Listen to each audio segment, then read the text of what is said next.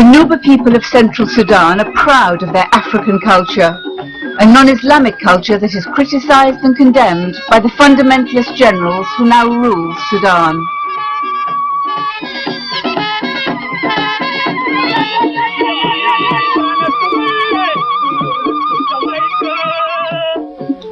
The Nuba delight in their music.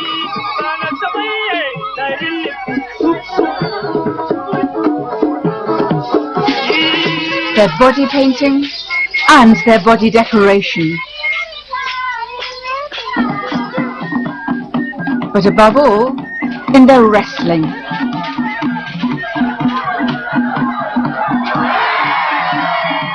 A sport that is unfailingly good-humoured.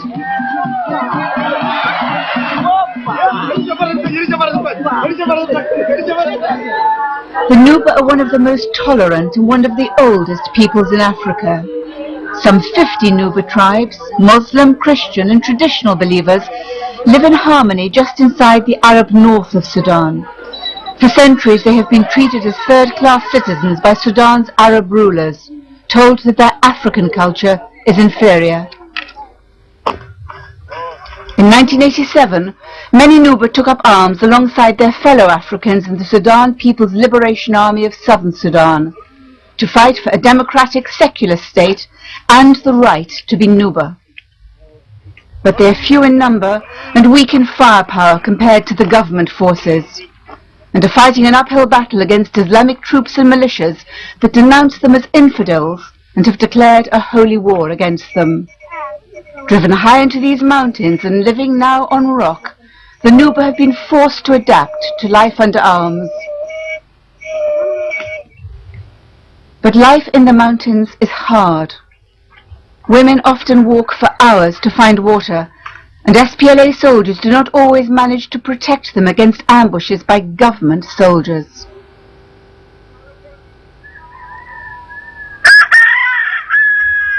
It's difficult to cultivate on the thin and rocky mountain soil, and Nuba children are chronically malnourished. Very few outsiders are able to see the truth of life in rebel-controlled areas. The government of Sudan has blockaded the Nuba Mountains since 1989, and flying in secretly is hazardous. Many Nuba have stayed on in the mountains, despite the difficulties and dangers of life here, because of their love for the man who led them into rebellion, Yusuf Kua. But Kua died in March after leading the Nuba struggle for survival for 16 years. He was the only leader these people have known, and they were devastated by his death.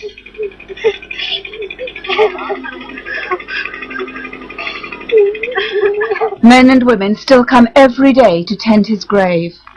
He gave the ordinary people a new belief in themselves and their African identity, and he impressed on his soldiers the importance of respecting civilians.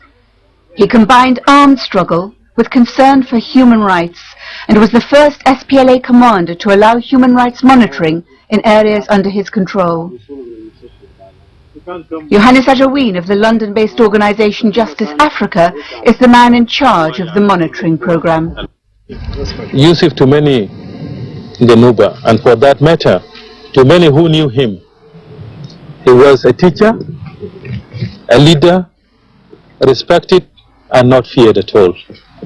And this to me is the biggest legacy of Yusuf. A person in his position would have been feared but not respected. He was respected and not feared.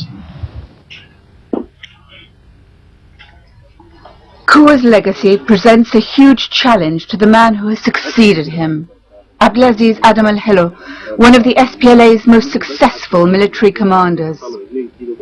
Commander al-Hello is not a Nuba. He is from Darfur in western Sudan, but he was born, raised and educated in the Nuba Mountains. As well as being a close personal friend of Kua, he was Kua's deputy in the mountains for many years, the man Kua wanted to succeed him. Soon after his arrival in the mountains, Commander al-Hello showed his commitment to the Nuba by bringing his family into this war zone from the safety of their home in Uganda. 3 children, including a 5-month-old baby, and his wife, Fatma. Life in the blockaded mountains without cars, shops or electricity is a very different life to the life they've been used to. The children took to it like ducks to water. Unlike Nuba children, they had never before ridden on a donkey, and for a while at least they were blissfully unaware of their parents' concerns. I decided to bring my family to the Nuba Mountains because I want them to be near to me. Also, we want to share the experience with the rest of the people in the Nuba Mountains, and if there is happiness, we share it. If there is suffering, we share it together with the people. This is why I brought them. A delegation from the American charity Samaritan's Purse flew into the mountains 24 hours after Commander El-Hilou's family. Their arrival coincided with the start of a government offensive in which many villages were burned, food stores destroyed, and all airstrips were closed by shelling. Getting bombed in the air. When we landed the airplane, we unloaded the 5 tons of food that we brought. The plane took off. 20 minutes after that, the airport was shelled. And we started walking away from the shelling. There were 6 or 7 rounds that came in. The humanitarian situation right now, particularly in regards to food, is drastic. If access is denied, there'll be a famine here. We're going to see people dying, starving to death. And even if there is some points of access, if 1 or 2 airstrips, for example, are open, you're still going to see a lot of suffering. There's no way that we'll be able to bring in the food that these people need and have asked for. Hunger is not the only problem facing the people of the Nuba Mountains this year. In recent months, the government of Sudan has launched an unprecedented campaign of aerial bombardment. These holes were prepared and intended for the protection of my family from anti-NOV bombardment, because usually the government of Sudan send anti-NOV high-altitude bombers to bombard the area without differentiating between the military camp and the civil population residents. This is why we prepared them for the members of my family to protect themselves in case of any aerial bombardment. Most of the victims of government attacks are civilians. Some are adults, like this porter, wounded at the airstrip on the day Samaritan's Purse arrived. So it's India here, yeah? From here to here. But many are children. This is the only hospital in rebel-controlled areas where 250,000 Nuba are refusing to surrender despite crushing military defeats in Yusuf Koua's last years.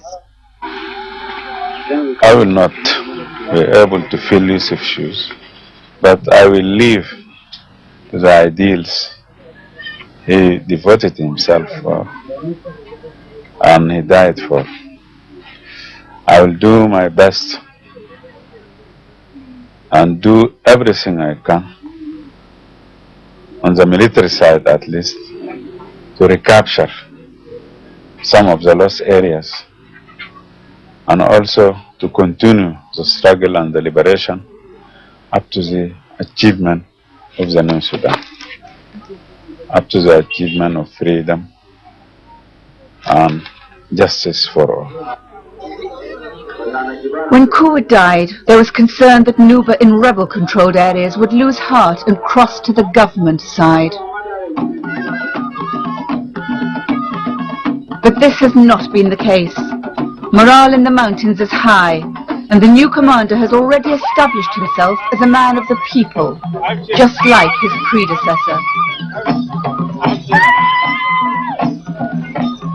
The government says these people are held by the SPLA as human shields.